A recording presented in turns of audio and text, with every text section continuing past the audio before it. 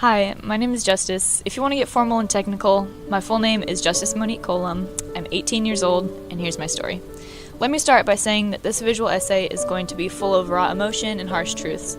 Some of you may claim that I've given you too much information, or maybe some of you won't care about a thing I'm about to say, and that's fine with me. Go to sleep then. Some of you don't even need my permission, seeing as you don't ask for Cheneys either. Anyways, moving on. Everyone has their own hardships and setbacks that they go through in life, whether that be in childhood, adolescence, adulthood, or all of the above. Well, let me get a few things out of the way, so things make a bit more sense down the road. This is where it starts to get personal. I have a few mental and physical illnesses that trouble me in everyday life, or prevent me from doing certain things, like being happy. Let me go down the list real quick. I have severe depression, high anxiety, borderline personality disorder, and am possibly, most likely, bipolar. As for the physical aspects, I get heat exhaustion a lot easier than most people, and I have a could-be fatal heart condition called mitral valve prolapse. Basically, it means that my heart valves are screwed up and there's an improper closure. My heart also pumps blood the wrong way most of the time, so this gives me an abnormal heartbeat, occasional chest pain, and constant heart palpitations that very often distract me from what I'm doing, or cause me so much discomfort that I want to simply give up on the task or activity. In some cases, this heart condition causes sudden cardiac arrest, which typically results in death. So, in short, I am at the risk of spontaneously dying at any given moment. Live every day like it's your last, am I right? Sorry, I have some dark humor and don't have much of a filter, especially when I'm at the point where I am now, which would be an extreme low. Let me give you a bit of insight on my earlier years, so this isn't as confusing. On February 28th, 2001, at some hospital in Folsom, I was born to Tom and Rosemary Coulam. 2 years later, they divorced and went their separate ways. I switched back and forth between parents every few days. My mom remarried a few years after her and my dad split up, but my dad did not. He had a few girlfriends here and there, but each and every one of them broke his heart in the end, and I always resented each of them for hurting him. See, my dad was my best friend when I was little. He and I would always go out on little adventures to anywhere. It didn't even have to be a special, magical place. It just had to include my dad, and I was always happy about it. Whether that be a short stop at Dairy Queen for a nightly blizzard, or some random movie visit, whatever it was always just the two of us, and I absolutely loved the time spent with him. But as I grew older, I ran into a problem, and her name is Nicole. I won't go into the full story because this presentation would be 9 years long, but I've basically lost my father to, I don't even know what to call it at this point. He isn't his old self anymore and hasn't been for the past 9 years. I used to look up to him so much. Moving houses every couple years, months, because someone would do him so dirty in one area, or some witch of a woman would break his heart. Sometimes we lived with a few friends of his as our roommates, but at one or two places it was just us. Back then I was all he really had, his only source of happiness for years. Until I was 9, and he met my current stepmom. She had 2 kids, one who was living with her and one who wasn't. The younger one was 2 years younger than me, and an absolute bully, and highly inappropriate. I hated being there with them, because the woman was always mean and unfair, calling me names and putting me down, and her kid taunted me and touched me and made me feel like I didn't belong. For several years, I put up with it, saying nothing to them. It didn't help that my dad was at work all the time, and to this day is still almost never home. I would run to him, hoping he could help me, but he would shake me off and refuse to help. I felt so lost, not knowing who to go to for years. Fast forward a bit, and I'm 17. For the past couple years, all my stepmom and step-sibling had been doing was tormenting me emotionally and mentally, telling me to die, calling me a slut, remarking about how I did things, how I didn't do anything right, smacking my butt as I walk by, acting perverted around me. The sayings that haunt me the most are, "Nobody cares, Justice. You're so stupid. Shut up, we don't want to hear what you have to say. I don't care about you as much as you thought I did. Kill yourself." I always told my dad everything, but as time went on, he stopped caring entirely. He shooed me away, talking about how they were my family and I had to put up with them. Remember earlier when I mentioned having depression and anxiety? Well, I strongly believe that everything that they put me through was the cause of it all. In January of this year, I dreaded going to that house because of all the things that happened, and my parents' refusal to let me go to a friend's birthday celebration triggered it and set it all off. I had an outburst, causing myself a sudden urge to just leave. So I did. I left that house after grabbing a few essentials and left to go back to my mom's, which is negative in its own way, mostly about how there's always a lot of arguing and yelling every single day.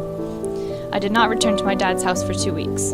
When I came back, I didn't feel at home, and apparently neither did my stepmom. She didn't want me back because she wanted my dad for herself and didn't wish to deal with me anymore. She denied everything I told my dad that she or my step-sibling had said and done. There was a lot of screaming that night from her, denying, calling me a little effing liar, and how it was, quote-unquote, so sad that I felt the necessity to lie to my own father like that. Everything I had told him had been the truth, but she denied it all to save her own sorry self. The reason my dad believed her over me was because he was never home to see any of it, and I was the child, not the adult. That night will be stuck in my mind forever. The next day, I came home from school to find my dad sitting in bed, the house empty except for us. He said he wanted to let me know what was going on. He told me that my stepmom had decided to move out. My first emotion was relief, but then guilt overcame it. This was all my fault. I told my dad 7 years ago that I wanted him to marry her, when I really, really didn't, and had only been saying that to make him happy, tired of seeing him broken so many times before. And they married that year. Now they're about to get a divorce because of me. The next day, I get a text, not even a call, from my dad saying that instead of making me throw away my marriage, why don't you stay with your mom from now on? It broke me inside to see that my father would rather have this woman of 9 years rather than his own child of 18. I stayed with my mom for 2 months, meaning that I wasn't even at my dad's for my birthday. I only got a small, simple happy birthday text from my dad, not a call, nothing from anyone else at that house. I didn't go back to his house until early March. Ever since then, I've been regularly switching off like I had been before. Does anyone else know what it's like to just be cast to the side like me? Unwanted by one of your parents, one who had been there your whole life? To be raised for 17 years by someone you love so much and look to as an idol, just for them to throw you away 2 weeks before your birthday? The feeling that I felt that day will stick with me forever, because you can never forget the moment that your heart shatters into a million pieces. Sure, it hadn't been my first heartbreak, but it was always by some little boy growing up, never by my own father, until now. I sit in my room at either house and cry to myself on the floor.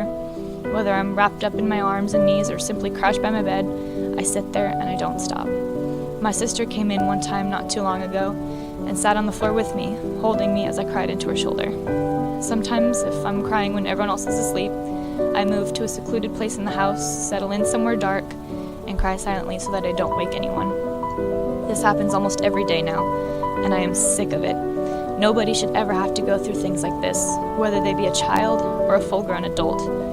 I really thought that 2019 would be my year. I'm barely 5 months in, and I've already wanted to give up on everything so many times. And there's so much that I didn't share with you that affects me as well. Really, the only person who keeps me going to this day is my boyfriend, Josh. Some of you may know him. He just graduated from center this last year. The ginger kid who dances really well and does backflips, that's how most people remember him. The one from the dance team, Bogus Ball King, yeah, him.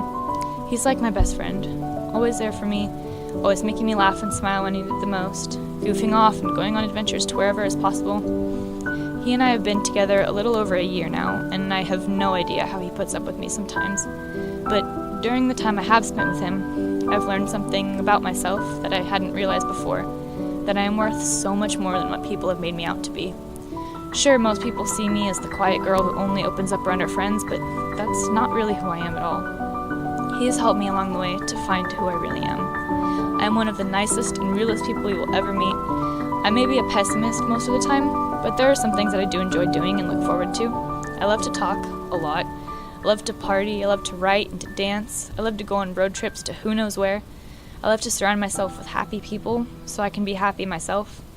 I love to make people laugh because it makes me feel as though I'm fulfilling my purpose as their friend to make them smile. I love to make people feel good about themselves and help them feel like they belong, because I know what it's like to be sad. I know what it's like to be shunned and silenced, to hate yourself, to just want to die. I know that I don't want anyone else to have to feel the same way I do. The feelings overpower your mind first and slowly consume you as a whole. No one should have to go through that. No matter how hard I try, I'm either not good enough for them or I'm ignored and forgotten about entirely. This has been going on for years, and that's long enough for me. As soon as I graduate from center, I'm packing my bags and moving out to go live my life with someone who loves and appreciates me, somewhere where I can actually be myself and not this small, hollowed out shell that I have become. After all I've told my parents over the years, what hurts the most is how my dad never listened, how he and Nicole are still married, and how I am still suffering. I am Justice Monique Coulam, and this has been my story.